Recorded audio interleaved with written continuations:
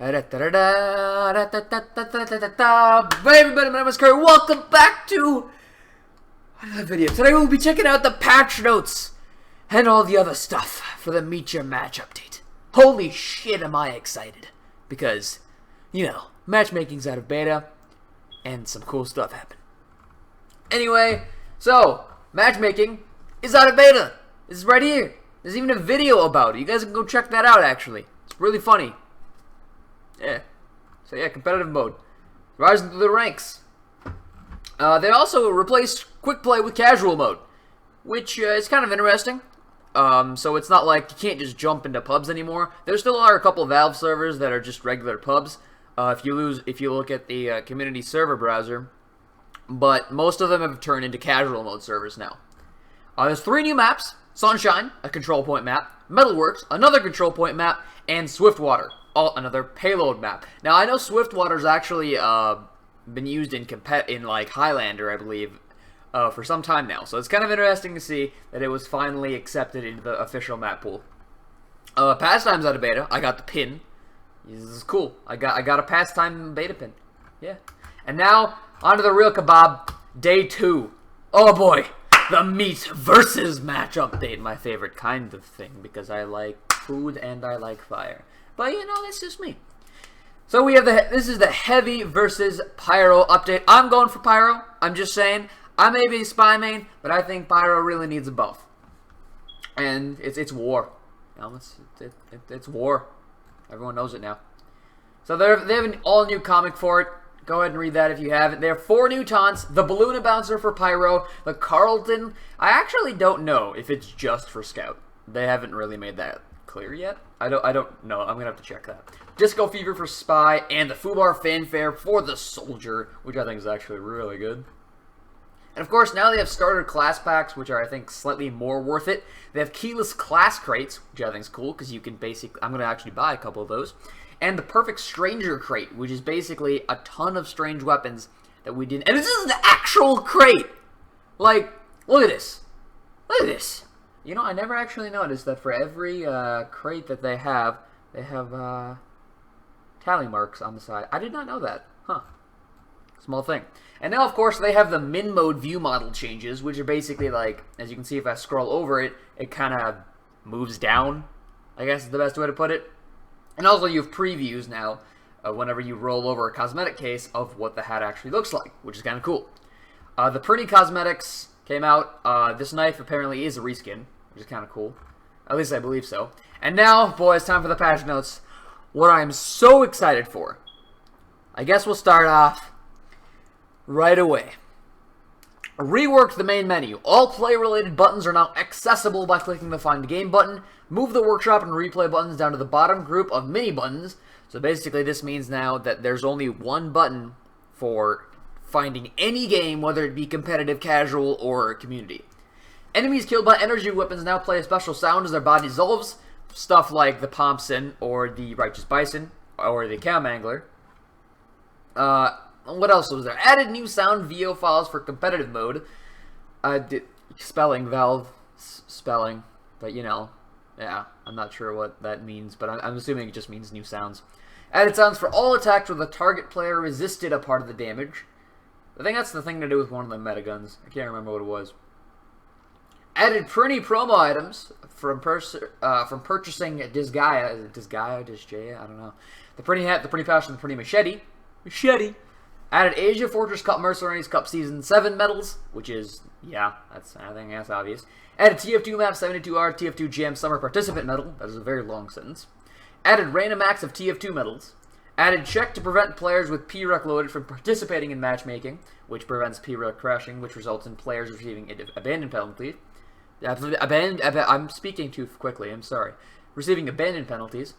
They updated the Demos Aboard feature, which basically means that it added an option to only record matches that are using tournament mode. Added an option to auto-delete matches that don't have any events recorded. Fixed a bug where tick count values were being noted incorrectly. And options can be set using the Advanced Options menu. Updated the model/materials of the Bonk Boy, the Dr. Dapper's Topper, the Soul Saviors, and the Dark Falkirk Helm, which is kind of interesting. They updated the localization files, and Pastime's out of beta, guys. It's been a long time. It's been a long time.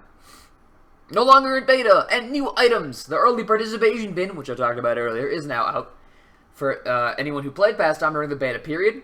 2 new achievements, map changes. They actually renamed some of the maps. So now Pinewood is known as Timber Lodge, and Warehouse is known as Brickyard.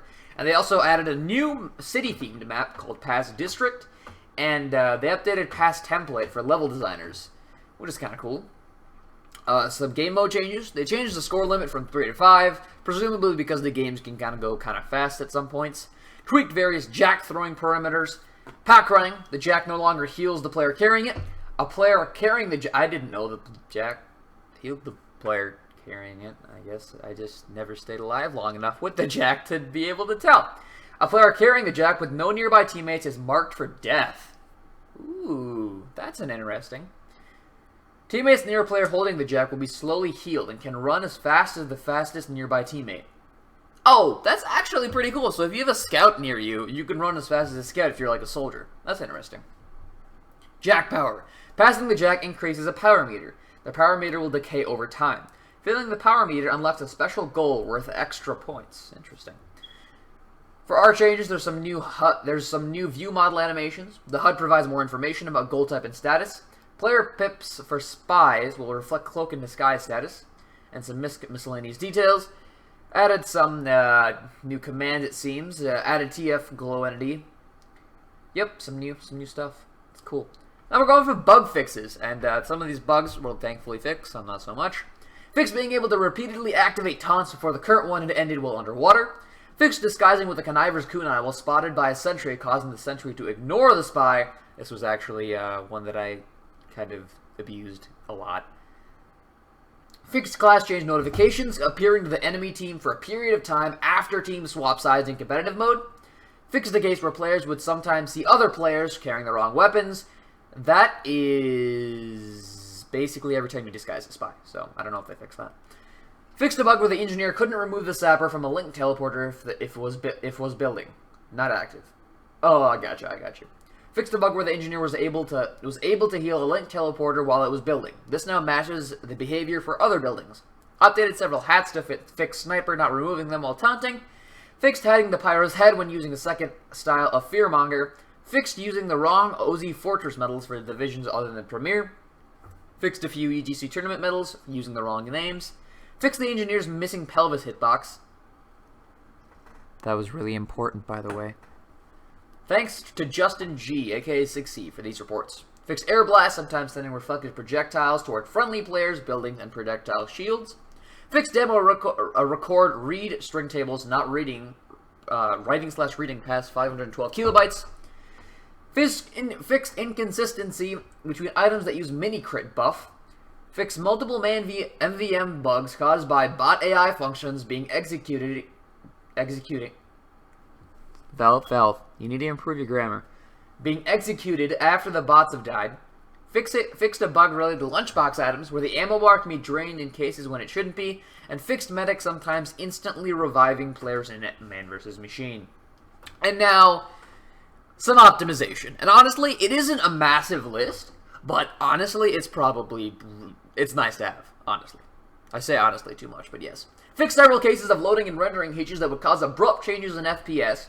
Improve flamethrower flame performance and MVM on clients and servers up to 500%. VGUI res files are now cached after loading and reducing frame rate hitches. Custom HUD authors can disable this by setting VGUI cache res files to 0. Improved rendering performance of zombies and improved VGUI font performance. So that's a little bit of good optimization right there. I think that's nice. I'm not going to go over the HUD stuff, but most of what it is basically they make you now HUD authors have to put in specifically what version of TF2 their HUD's for. So starting today, it would be TFUI 1, version 1. And yeah, so that's interesting. And actually, apparently, you add them as add-ons in the TF custom folder. So they won't load if they're just loose res files, which is kind of interesting to think about. So on the Manco store, they added a new competitive matchmaking pass. Now, some people may be really confused about how this works, But basically what it's saying is that the competitive matchmaking pass is for people who don't have premium and mobile authenticator. If you don't or can't have either of those, you have to buy the competitive matchmaking pass, which is a one-time lifetime pass, and you never have to buy it again. But otherwise, if you do have premium and you do have a mobile authenticator, then yeah, you don't need the pass, which I think is interesting. It stops Smurfs and hackers. Of course, then we have the new class starter packs. I haven't actually checked those out yet, but we'll see. Added new keyless cosmetic crates. I'm actually going to buy a couple of those, like, right after this video, so I want to try those out.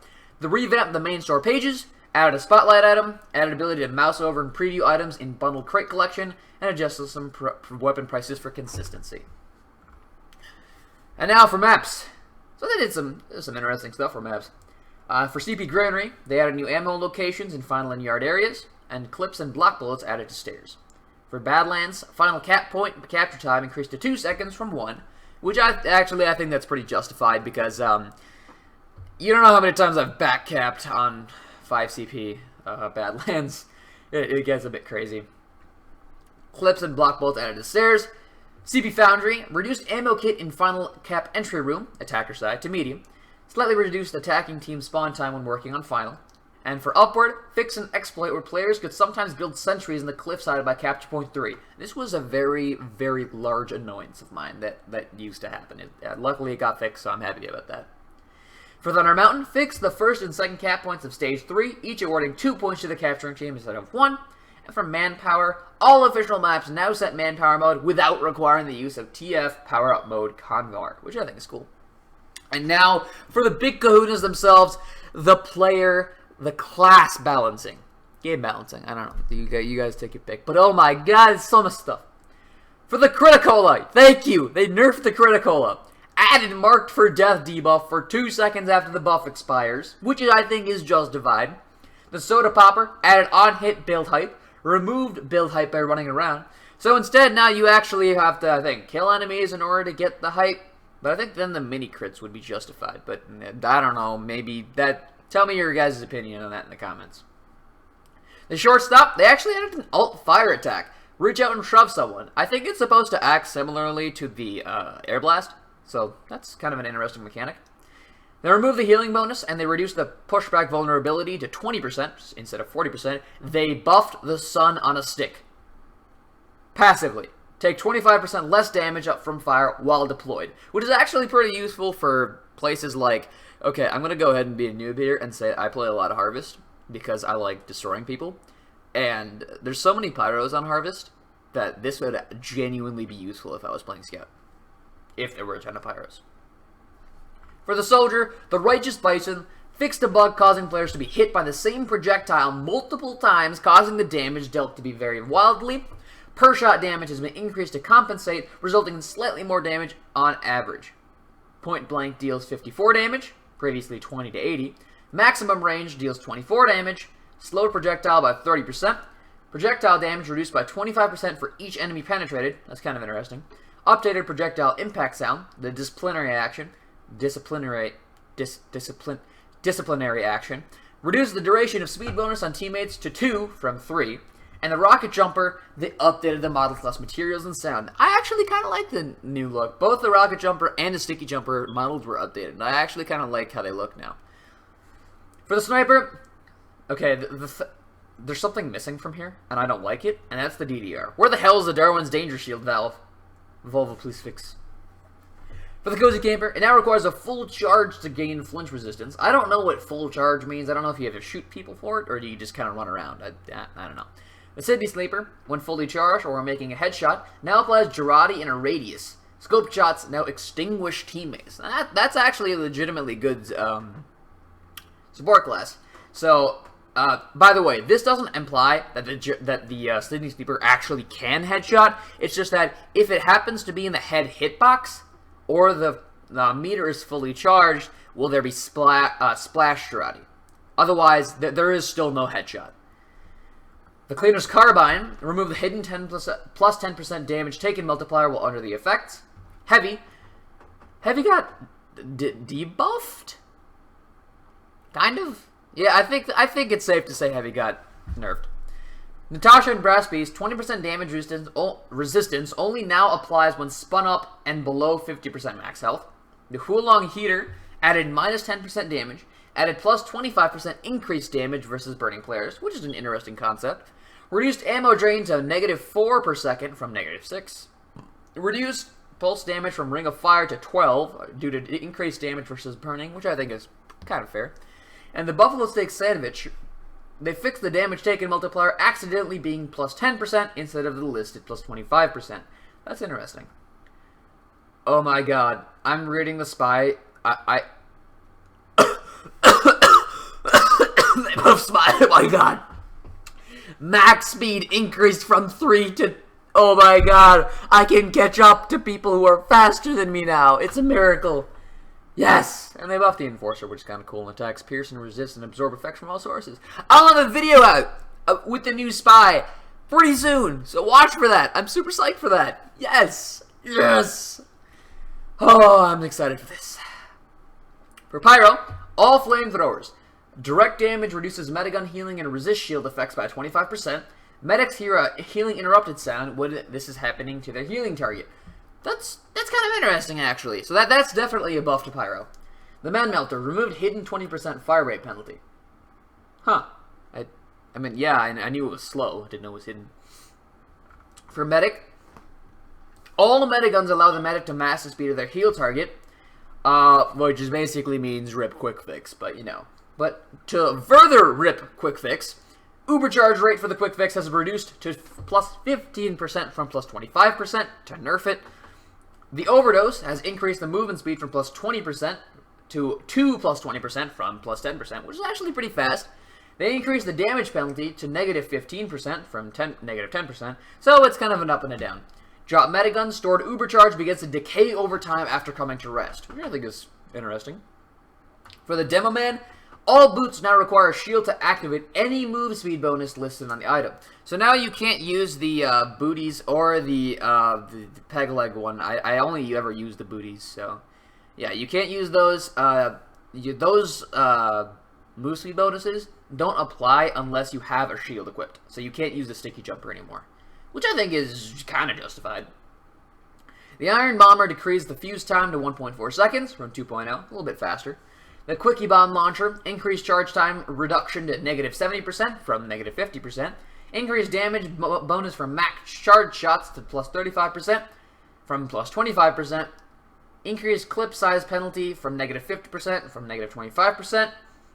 Remove Sticky Bomb's fizzle 4 seconds after landing. And for the Sticky Jumper, updated model / materials and sound. Is it just me, or did the Quickie Bomb Launcher get buffed? They did. Huh. Kind of. I mean, it's a little bit hard to tell exactly, but it looks like it only has 4 shots now instead of 8, and it does a crap ton of shot for max charge shots. Damn. Now for an Engineer, and this is going to be a big change to the Engineer meta, level 1 teleporters now only cost 50 metal. That's cheap! The Widowmaker, damage increase plus 10% when attacking the same target as your sentry, which is actually kind of interesting. The Eureka effect reduced 50% less metal from dispensers and pickup to 20%, added teleporters cost 50% less metal. So if you now have the Eureka effect, not only do you have a wrench, you also get teleporters for 25 metal. That's crazy. That's cheap crazy. The Short Circuit. Base projectile attack is minus 10 metal, hit or miss, and then add minus 5 metal for each projectile destroyed. Sometimes a buff, sometimes a nerf. It makes sense. Like, if you have a airstrike, it might, if you don't have enough metal, that might be a buff, might be a nerf, but if you just going against regular rockets or grenade pills or something, then that might be a buff. And with the Thompson, oh boy, the Thompson, fix an exploit with shooting through your own buildings, increase close range damage to 72 from 62, and reduced long range damage to 32 from 42, and it updated the projectile impact sound. Oh my god, guys, I am so hyped to play the new competitive matchmaking mode. My body is ready. Let's just put it that way. It's been over 200 days since the last major update from Tough Break. It's going to be great. I'm going to love it, and everything is going to be okay again. Yeah. I'll see you guys in the next video. Thanks so much for watching. Yeah, see you in the next video. Have a great day. Bye-bye.